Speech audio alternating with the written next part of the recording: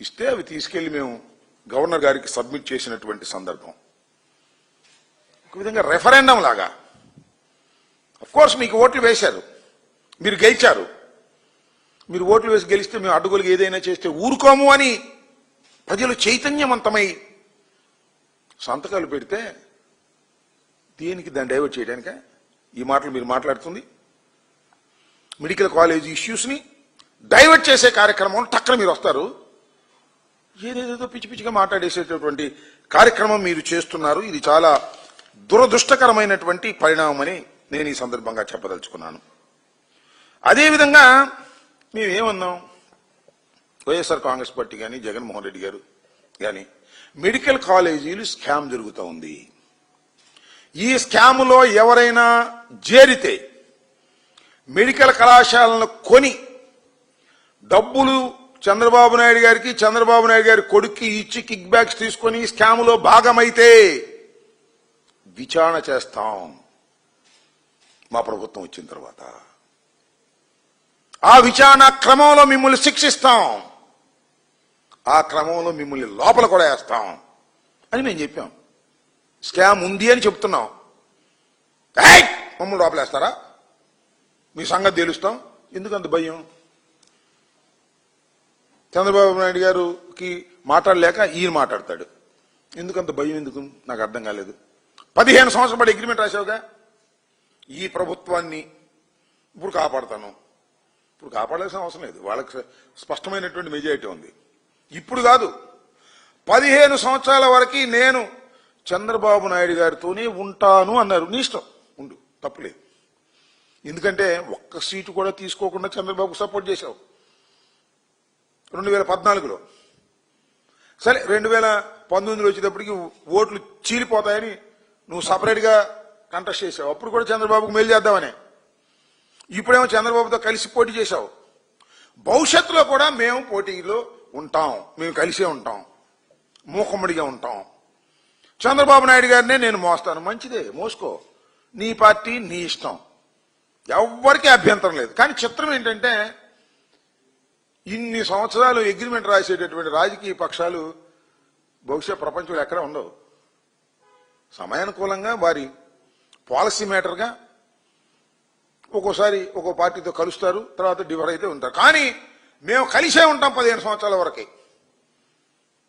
దేనికయ్యా? ఈ రాష్ట్రాన్ని కాపాడటానికి.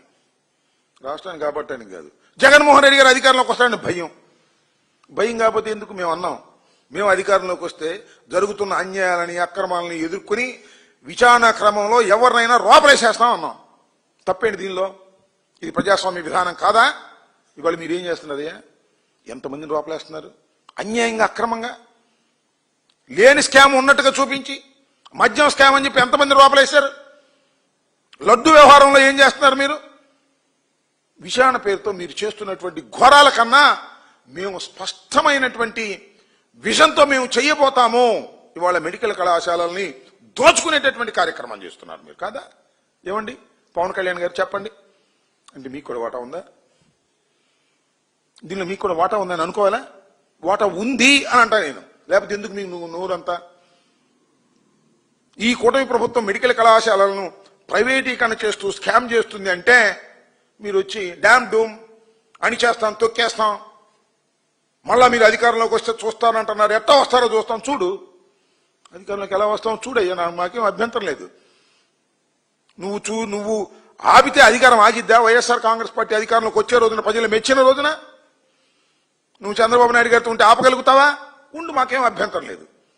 కానీ మీరు మాట్లాడుతున్నటువంటి తీరేంటి అని అడుగుతా ఉన్నా. ఇది దుర్మార్గం కాదా? చంద్రబాబు నాయుడు గారి పక్షాన ఉండి మీరు మాట్లాడటం. అసలు మీరు ఆరోగ్య శాఖ మంత్రి మాట్లాడమను మెడికల్ కాలేజీల గురించి, లేదు చంద్రబాబును మాట్లాడమనండి. మీరు ఎందుకు మాట్లాడుతున్నారు? ఎందుకు మీకు అంత కోపం వస్తుంది? అంటే you have a share in this. నువ్వు చెప్తున్నావు మొన్న ట్రాన్స్ఫర్కి ఇంత రేట్ అని పెట్టారు మా డిపార్ట్మెంట్లో. నేను వచ్చిన తర్వాత అదేం లేదు, చాలా స్పష్టమైన ఆదేశాలు ఇచ్చాను. ఎక్కడ కరప్షన్ జరగడానికి వీల్లేదు, ఎక్కడ అన్యాయం జరగడానికి వీల్లేదు, ఎక్కడ లంచాలు జరగడానికి వీల్లేదు అని మీరు చెప్పారు. శభాష్, మంచి మాట చెప్పారు, అభ్యంతరం ఏమీ లేదు. ఏం జరుగుతుందండి ఇక్కడ? అసలు లోకేష్ బాబు గారు డబ్బులు ఏందో ట్రాన్స్ఫర్ చేస్తున్నాడా? అక్కడ దాకా ఎందుకు? మీ శాఖ అంటే పవన్ కళ్యాణ్ గారి శాఖ కాదు, జనసేన శాఖ, పౌర సరఫరాల శాఖ. సీజ్ ది షిప్ అన్నారు.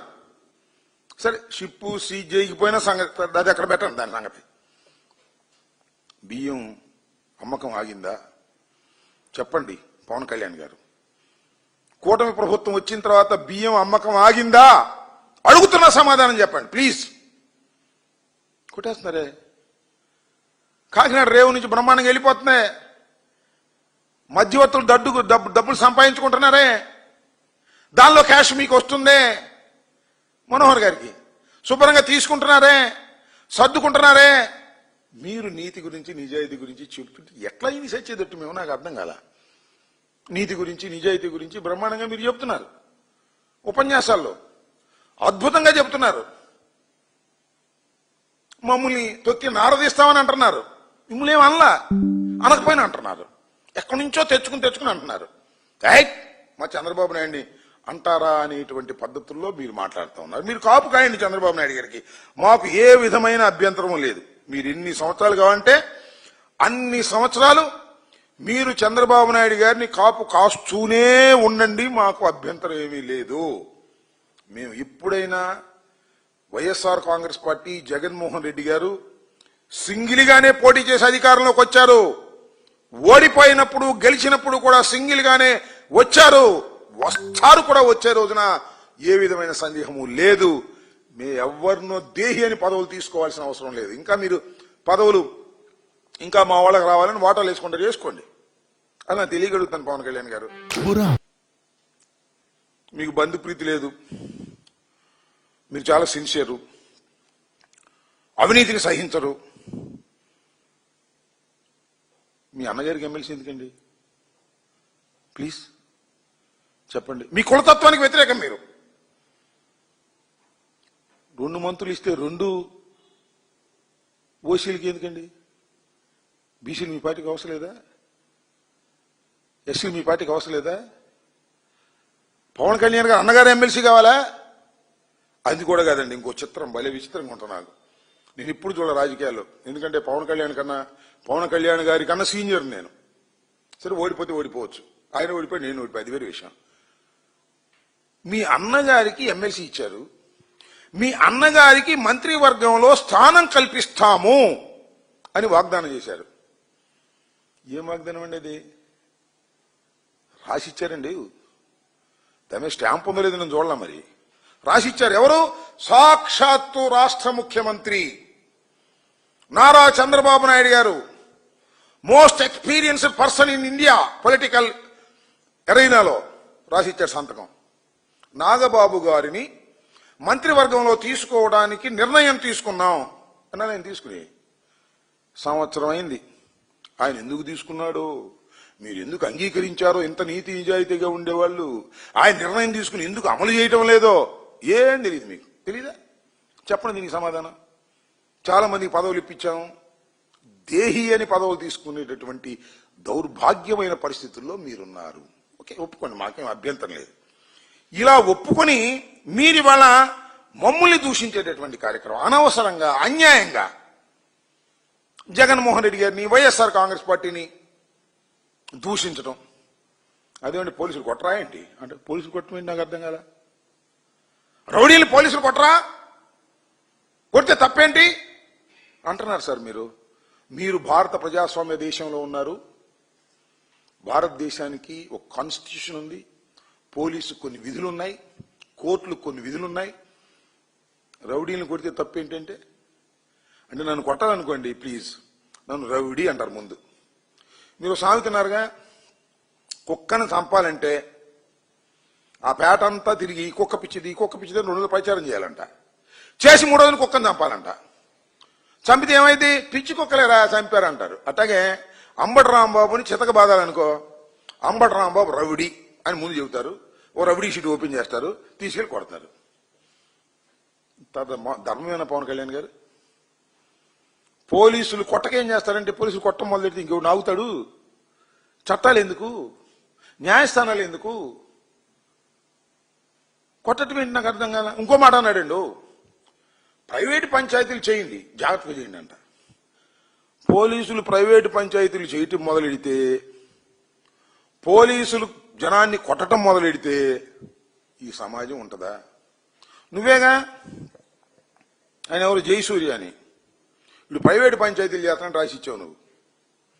ప్రైవేటు పంచాయతీలు చేస్తున్నాడు, క్లబ్బులు నడుపుతున్నాడు, దానితో పాటు వచ్చిన ఆదాయాన్ని తీసుకెళ్లి ఎమ్మెల్యేలకు పంచుతున్నాడు, దీని మీద శిక్షించండి అని ఇచ్చావు. ఇచ్చారా? శిక్ష ఇచ్చారా? ఇచ్చారు, మెడలు ఇచ్చారు.